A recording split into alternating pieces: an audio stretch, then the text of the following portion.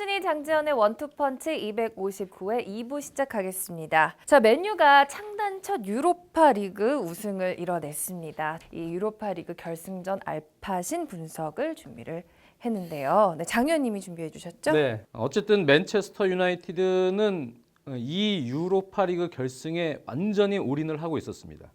예, 챔피언스 리그 진출권을 위해서 네. 오히려 유로파 리그에서 우승을 하면 바로 조별리그로 직행을 하기 때문에 거의 뭐 리그에서 2위나 3위를 한 효과가 될 수가 있고요. 그리고 올 시즌에 역시 컵 대회 우승, 커뮤니티 쉴드 우승 두 개 트로피를 차지한 상황에서 유로파 리그까지 타이틀을 따낸다면 무리뉴 감독의 첫 시즌도 순조롭게 일단 마무리가 된다. 그런 의미에서 이 결승전은 상당히 중요했죠. 시즌 시작하기 전에 사실 제가 맨유를 우승 후보라고 얘기한 것이 어떻게 보면 이제 시즌 순위에 있어서는 엄청나게 이제 틀린 셈이 돼버리기는 했는데 유로파리그 우승으로서 소기의 성적을 거뒀고 어떤 의미에서는 이제 좀 더 밝은 미래를 기대할 수 있는 발판을 이 유로파리그 우승으로서 만들었다. 그러니까 향후 여름 이적 시장에서의 또 향배에도 상당히 좀 순탄하게 만들어주느냐 걸림돌이 되느냐의 차이였기 때문에 맨유 입장에서는 뭐 다음 시즌을 위해서 아주 좋은 결과를 받아들였죠. 자, 이 아약스와의 그 결승전 경기는 어떻게 보셨나요? 지금 전술적으로 분석을 해달라는 그런 그 요구가 저의 그 개인 SNS에 쇄도를 하더라고요. 근데 사실 경기 전에 네. 제 느낌은 아약스가 유로파 리그를 통해서는 상당히 좋은 공격력을 보여줬고 또 좋은 기술을 가진 미드필더들의 패스워크 또 윙포드들을 보유를 하고 있습니다. 과거에 뭐 첼시 시절도 그랬고 뭐 사실 바르셀로나 같은 그런 스쿼드들도 사실 뚫기 힘든 존 프레싱 훈련을 상당히 잘 해놓는 감독입니다. 내려서서 효율적인 역습 축구를 하더라도요. 근데 최근에 맨체스터 유나이티드가 공격에서의 어떤 작업 자체가 그렇게 원활치는 않은 상황이었고 부상자들을 제외하면 베스트 라인업에 들어갈 선수들이 펠라이니를 비롯해서 포그바, 신체 조건이 좋은 선수들과 앞선에서는 스피드가 있는 선수들이 있었기 때문에 전체적으로는 지금 있는 현재 상황이라면 지역 방어를 하되 자신의 영역이 왔을 때는 서로 간의 위치의 영역에서 좀 프레싱을 가해주고 또 그 나간 선수는 다른 선수가 또 그 영역을 또 다시 커버를 해주는 그것이 아주 원활하게 잘 됐고 이날 아약스가 그것을 뚫기 위해서 상당히 노력은 했습니다만 경험이 좀 부족했다. 그것은 역시 그러한 운영 방식을 뚫기 위해선 일단 두 가지입니다. 한쪽 라인에서의 숫자 싸움에서 유리할 수 있는 부분 전술이 일단 수행이 돼야 되고요. 그리고 오히려 맨체스터 유나이티드가 공격으로 나설 때 역습 루트를 활용할 수 있는 공격이 두 가지가 잘 되어야 됩니다. 그냥 지공 형태에서의 밋밋한 운영으로는 승산이 별로 없기 때문에 아약스가 그것을 잘 공략하지 못했던 그런 경기가 되지 않았나 봅니다. 이 경기가 셀타비고와 치렀던 맨체스터 유나이티드의 준결승 두 경기 있지 않습니까? 컨셉이 유사했어요. 유사했죠. 네, 네. 그리고 사실 셀타나 아약스나 볼을 점유는 할 수 있는 팀들이거든요. 그것을 이제 맨체스터 유나이티드가 정말 장 의원님 말씀대로 지금 있는 선수들의 특성을 극대화시키는 방향으로 아주 잘 역이용하지 않았나라는 생각입니다. 자, 일단 맨체스터 유나이티드는 4-1-4-1 형태 내려섰을 때는 뭐 4-5-1과 유사한 그런 운영이 되어 있습니다. 그래서 4백 이날은 이제 블린트의 파트너로 이제 스몰링 선수를 내세웠고요. 그 에레라 선수와 장신 펠라이니 포그바가 들어왔고요. 역시 미키타리안과 레시포드 역습에 또 능한 자원이 배치가 됐습니다. 그래서 이 펠라이니와 포그바 선수가 공격 시에는 또 긴 세컨볼을 또 따낼 수 있는 위치 형성이 됐고 마타 선수는 역시 볼을 달고 연계 역할을 수행할 수 있는 그런 운영을 맡겼는데요. 자, 지금 보시다시피 자신의 영역에 온 선수들은 뭐 지금 보시다시피 발렌시아 오른쪽 수비수도 자신의 전술적 마크맨 따라 붙고 또 그 영역은 마타나 다른 선수들이 또 커버를 하고 그렇게 존 프레싱 형태 자신의 영역을 크게 벗어나진 않지만 포지셔닝 형태에서 지역 방어를 하면서 또 프레싱을 같이 가하는 그러한 이제 수비가 잘 유지가 됐습니다. 지금 보시다시피 왼쪽에 유네스 선수도 아주 아기자기한 드리블을 잘하는 선수인데요. 유네스 선수가 왼쪽에 붙었을 때 이 버틀란 트라우레 이런 윙포드가 사실은 이렇게 같이 가세를 해줘서 여기서 숫자 싸움을 해야 이렇게 자신의 영역에서 좀 프레싱을 한 형태의 수비를 뚫어낼 수가 있습니다. 그래서 이런 선수들이 가서 부분 전술을 통해서 상대가 마크해야 될 선수가 오지 못한 상황에서 역시 공간을 만들 수 있는 부분 전술이 필요한데요. 지금도 보시면 버틀란 트라우레가 오른쪽에 있지 않고 여기까지 지금 와서 유네스 선수를 지원하기 위해서 들어왔죠. 유네스 선수가 자 주고 버틀란트 트라우레가 여기서 드리블 돌파를 통해서 다시 유네스에게 주고 자 버틀란트 트라우레가 다시 이렇게 돌아뛸 때 역시 협력 수비 상황에서 돌아 나오는 트라우레를 잡지 못하는 그래서 유네스 선수의 패스와 트라우레의 슈팅까지요.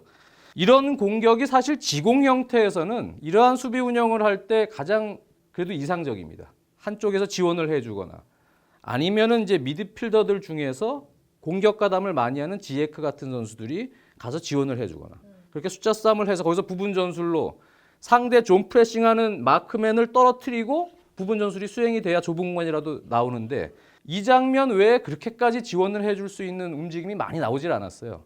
그러다 보니까 계속 밋밋한 공격들이 유지가 됐고 상당히 쉽게 수비가 됐어요. 크게 위협이 없었습니다. 자, 이 그림은 이제 실점 장면인데요. 아약스의 이 리데발트 선수의 스로잉이 이거 잘못됐죠? 미스입니다. 네.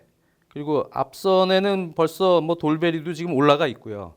버틀란트 트라우레도 이미 여기까지 올라와 있어요. 네, 공격하고 이제 나가려고 몇 명은 지금 올라가 있는데 여기서 스로잉 미스가 나왔습니다. 맨유가 이걸 이용해서 레시포드 원타치, 마타까지 갔는데요. 그리고 펠라이니가 포그바에게 패스를 해주고 포그바의 슈팅이 굴절이 되면서 들어갔는데 이 과정은 사실은 아약스의 수비적인 측면에서는 조금 아쉬웠던 장면도 있습니다. 지금 보시면 미스가 됐죠. 그래서 레시포드 선수가 원터치로 갔습니다. 펠라이니 선수를 마크하던 선수가 이제 지에크 선수인데요. 지에크 선수가 이 선수입니다. 지에크 선수가 이렇게 볼이 뺏겨서 벌써 상대에게 들어갔을 때는 이 위험 지역입니다. 빨리 리스타트 플레이를 해서 이 펠라이니 선수를 잡을 수 있는 이 수비 전환이 돼야 됩니다. 근데 이 지에크 선수의 움직임을 보세요. 그냥 구경을 하고 있어요. 자, 이제 옵니다. 네, 이 지에크 선수가 펠라이니가 이미 갔을 때 이제 상황을 인지하고 이제 쫓아오는데 늦었죠. 그러다 보니까 펠라이니가 쉽게 2선에서 볼을 잡아서 포그바에게 줄 수 있는 그런 여유가 생겼어요. 자, 그러다 보니까 지금 빌트만 선수는 미키타리안을 잡고 있어야 되니까 빠르게 이쪽으로 나와줘야 되는 상황에서도 나와주질 못했죠. 그러다 보니까 이쪽 공간이 쉽게 열렸고요. 결국은 슈팅이 산체스 발 맞고 굴절이 되면서 들어가는 약간 뭐 행운이 섞인 맨유의 득점이긴 했습니다만 수비에서 약간의 미스가 있었다.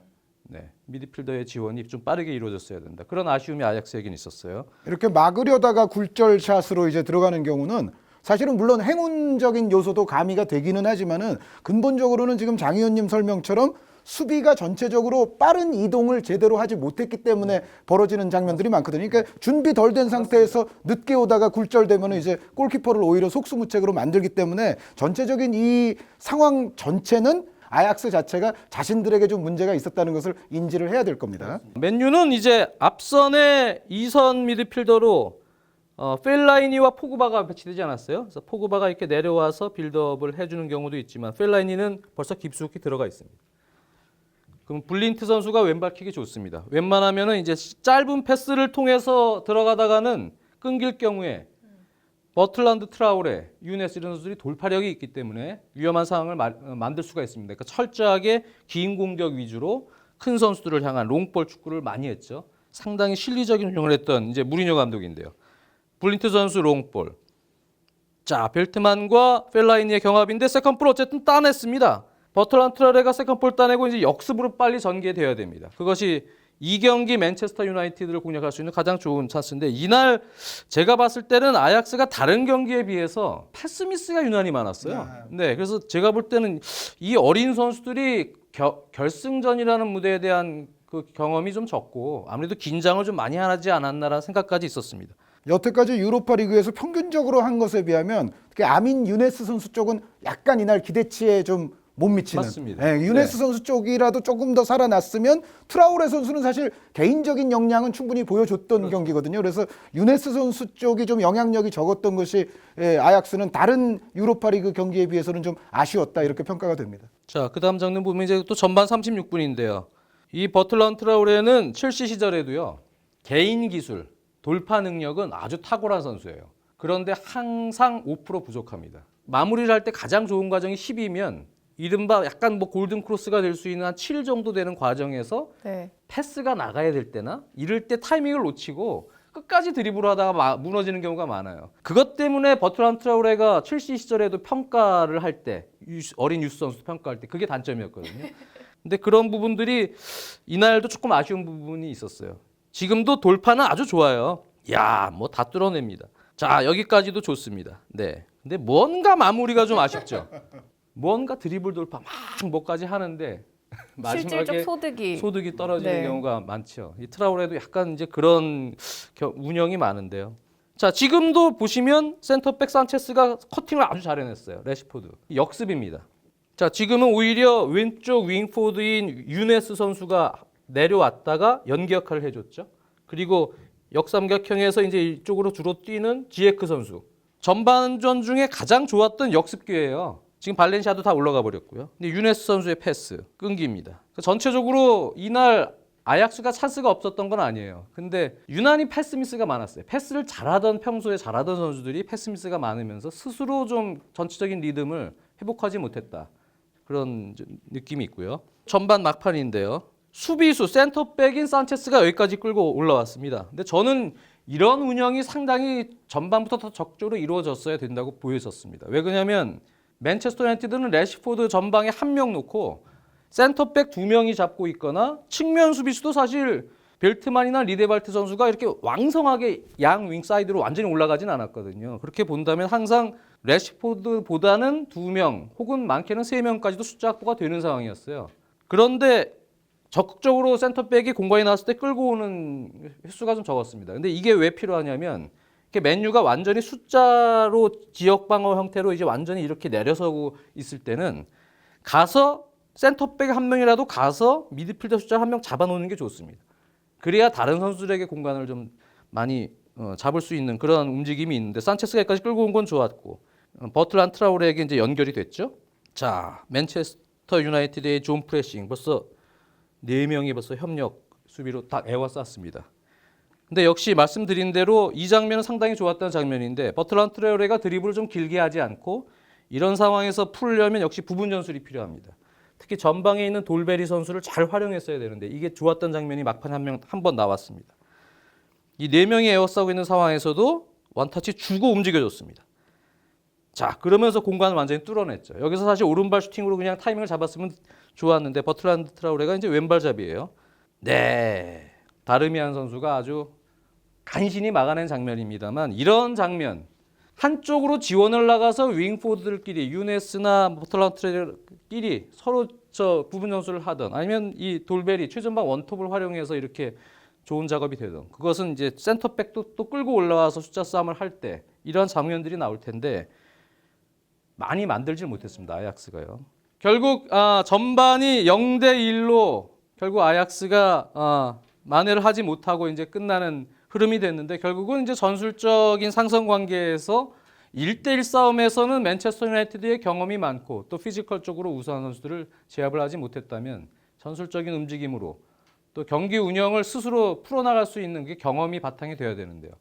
저렇게 나오면 벌써 선수들이 이러한 컨셉에선 우리가 어떤 식으로 경기를 해서 공략을 해야겠다라는 걸 경기 중에서 또 스스로 도출이 돼야 되는데 그게 좀 부족했죠. 그리고 나서 후반이 그냥 또 들어갔습니다. 자, 지금도 보시면 개인 기술들은 상당히 좋습니다. 네, 지금도 지에크 선수가 좋은 드리블로 버트란드 트레에게 줬는데요. 맨체스터 유나이티드의 이 존 프레싱 형태의 수비는 공을 중심으로 일단 공이 가는 방향 쪽으로 자신의 영역들이 프레싱을 같이 가해주는 형식이거든요. 그렇게 본다면 역시 중앙으로 좁혀놨을 때는 측면이 분명히 열립니다. 그럼 미리 좀 측면을 볼 수 있는 여기 유네스 선수가 프리하게 있거든요. 그래서 미리 보고 줄 수 있는 그러한 좀 사전 동작이 필요한데요. 네, 그러한 경기 운영 노하우가 좀 떨어지죠. 트라우레가요. 지금은 사실 찬스가 좋았어요. 네. 아약스 선수들이 지금 맨체스터 유나이티드 4백 라인 사이사이에 들어가 있으면서 어떻게 보면 맨유의 수비진을 지금 중앙 쪽으로 밀집을 하게끔 만들어 놨거든요. 이럴 때 사실 측면을 활용을 해야 맞습니다. 됩니다. 그러니까 지금 그럴 때는 조금 더 영리한 선수라면 만약에 이쪽에서 시야 확보가 잘 되지 않고 압박이 들어올 땐 뒤로 한번 완터치로 줬다가 이쪽으로 전개가 돼도 되거든요. 그러니까 그렇게 측면으로 빠르게 전개를 시켜놓을 수 있어야 찬스를 잡을 수 있는데 그게 부족했고 자꾸 중앙 공격, 무리한 슈팅, 무리한 돌파들이 이어졌죠. 자, 오히려 이게 이제 맨체스터 유나이티드의 공격인데요. 맨체스터 유나이티드는 뭐 키 큰 뭐 포그바, 펠라이니 뭐 이런 선수 정도만 공격 가담을 하고 레시포드가 이제 오른쪽으로 돌아뛰어서 볼 소유를 했는데요. 자, 포그바가 잡고 크로스, 펠라이니 헤딩. 네. 단순하지만 몇 명의 공격으로도 이렇게 묵직한 마무리를 하고 들어오거든요. 그러니까 아주 효율적이죠. 맨체스터 유나이티드는. 이 상황도 이제 74분까지 전개가 됐는데요. 지금 보시면 한 번의 역습 패스에 의해서 맨체스터 유나이티드의 공격을 보시죠. 원타치 됐고 포그바 껑충껑충 다시 원타치 포그바 돌파. 네, 이게 마무리가 되진 않았습니다만 오히려 아약스가 해야 될 걸 맨체스터 유나이티드가 한번 보여줬어요. 패스를 통해서 속도감 있는 역습이 전개가 됐어야 됩니다. 맨유가 오히려 그런 장면들이 몇 차례 있었고요. 이 상황도 지금 아약스가 볼을 뺏어내서 역습 패스가 나갔는데 이번 전개가 잘 됐죠? 지에크 선수인데요. 지금도 좋은 찬스입니다. 지금 이쪽은 유네스 선수가 빈 공간을 향해서 돌진을 하고 있어요. 근데 지에크 선수가 패스 타이밍 지금 놓쳤어요. 계속 본인이 혼자 드리블합니다. 결국 방향 전환. 네, 벌써 수비 이제 다 들어오고 있어요. 수비가 숫자가 부족할 때 빨리 마무리를 해서 패스가 들어가서 여기서 해결이 됐어야 됩니다. 근데 벌써 수비 전환 시간을 벌어줬죠. 그러니까 전체적으로 이날은 아약 선수 성향 자체가 윙포드들도 드리블이 좀 길고요. 네, 템포를 놓치는 경우가 많은데 이게 리그에서는 먹힙니다. 그리고 유로파리그 다른 경기 때 좀 먹히는 경우가 있었습니다만 맨체스터 유나이티드처럼 이렇게 전략적으로 수비 숫자를 많이 가져놓고 효율적인 역습 축구를 하는 무리뉴 감독의 체제에서는 이게 힘들어요. 이렇게 이런 식으로 들어가면 그러니까 결국은 드리블이 이날 좀 길고 하는 전체적으로 템포를 놓치는 경우들이 많은 아약스의 단점을 볼 수가 있습니다. 이제 들어왔어요. 이제 들어와봐야 이제 수비 숫자가 다 들어왔거든요. 네. 그러니까 공략하기가 쉽지가 않습니다. 유네스 선수 또 드리블. 이제 오른쪽 주고 결국은 비효율적인 크로스로 마무리가 되거든요. 네. 맨체스터 유나이티드는 사실 큰 위기감 없이 아주 쉽게 자신의 컨셉대로 경기를 마무리까지 성공시켰습니다. 어떻게 보면은 경험과 클래스의 차이에서 이 경기는 이미 결판이 났다. 네, 그렇게 볼 수 있는 결승전입니다. 네, 정말 효율적인 축구를 한 팀과 효율적인 축구를 하지 않은 팀 이렇게 좀 저는 정리를 해볼 수 있을 것 같아요. 그리고 역시 맨체스터 유나이티드가요, 이 스쿼드에 무게감은 확실히 있어요. 그럼요. 그러니까 셀타비고와 했을 때도 뭐 제가 아까 셀타가 사실 아약스와 좀 비슷한 면이 있다라는 말씀을 드렸는데 그 셀타나 아약스나 제가 봤을 땐 역시 맨체스터 유나이티드를 넘어서기에는 마치 경량급 선수와 좀 중량급 선수가 싸우는 것 같은. 물론 이제 경량급 선수들이 잘하는 특성과 그 장점을 갖고는 있는데 이 중량급 선수가 이미 그걸 알고 있어요. 상대 경량급 선수가 뭘 잘한다. 그래서 좋아, 나는 그럼 중량급스러운 딱 맞춤형 전술로 나가가지고 너희의 장점을 무력화시키고 뭐 한두 골이라도 나는 넣어서 이길 거야. 그거를 정확하게 수행을 했던 맨유의 유로파 리그의 행보였습니다. 네, 자, 이렇게 해서 맨체스터 유나이티드는 이 경기에 모든 걸 걸었는데 그 모든 걸 건 만큼 그 성과도 얻었습니다. 자, 이렇게 이제 유럽 리그 대부분이 막을 내렸고 또 이제 유로파 리그 결승까지 모두 네. 끝이 났습니다. 자, 이제 결산을 해야 되는 시기잖아요. 저희도 이제 결산을 할 게 있죠. 무슨 결선을? 저희가 이제 베스트 11 이런 거 했잖아요. 네. 리그별로. 일단은 지난주 승부 예측 결과부터 저희가 승부 예측. 승부 예측이요? 네. 자, 지난주에는 두 분께서 예측이 세 경기 모두 다 같았는데요. 그렇기 때문에 결과도 같습니다. 레알 승 딱 하나 맞추셨거든요. 그 반면 저는 저의 촉을 믿고 강원 승을 그게 예측을 컸어요. 했는데 나 그날 정말 와, 네. 진짜 저도 놀랐습니다. 역배의 신하영. 네, 대단했습니다. 이거 얘기하러 방송 오신 분. 맞아요. 네. 룰루랄라 아주 가벼운 마음으로 왔습니다. 야, 이제 강원인데 사실 저도 그때 뭐 강원도 왠지 질 것 같지는 않고 뭐 서울도 질 것 같지는 않은데 근데 서울이 분위기 반전을 요 타이밍에 그래도 할 것 같아서 홈승을 거뒀고 강원이 사실 서울 원정에서 거의 이기질 못했거든요. 야, 근데 사실 강원 원정승을 사실 선택하기는 쉽지는 않았어요. 역배 신하영이에요. 그 아호가 그 호가 대단해요. 명불허전이에요. 예. 자, 이렇게 승부 예측 지난주 결과까지 정리를 해드렸습니다. 자, 2부 여기서 마치도록 하고요. 이번 주는 승부 예측이 없군요. 이번 없어요? 주는 특별히 네. 저희가 또 축제 기간이잖아요. 그럼요. 20세기와 네. 월드컵 기간이기 때문에 그딴 거 하지 마요. 이제 이 정도로 일단락 짓고 우리가 자꾸 앞으로 다른 걸로 자꾸 나가야 되거든요. 일단은 한 주 쉬고 가도록 네, 하겠습니다. 좋습니다. 자, 2부 여기서 마음이 되게 마치도록 편안하네요. 하고요. 네, 3부 다시 찾아뵙도록 하겠습니다.